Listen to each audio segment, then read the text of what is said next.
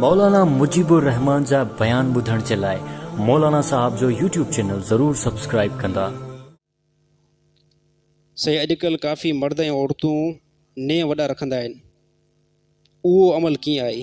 साईं ग़लति अमल आहे। ने औरतूं रखनि या मर्द रखनि, वॾा ने इन जी हदीसुनि मां बि नफ़ी आहे। अलाह जे नबी फरमायो 5 शयूं इंसान जी फितरत मां आहिनि।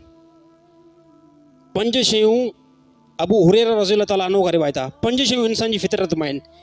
ए साहबा, मर्द ख़तनो कराई, ज़ेरे नाफ़ वठे, बगलनि जा वार वठे, मर्द मुछुनि खे कतराई, ऐं 5 नंबर ते नबी सल्लल्लाहु अलैहि वसल्लम फरमायो नेहनि खे कतराई।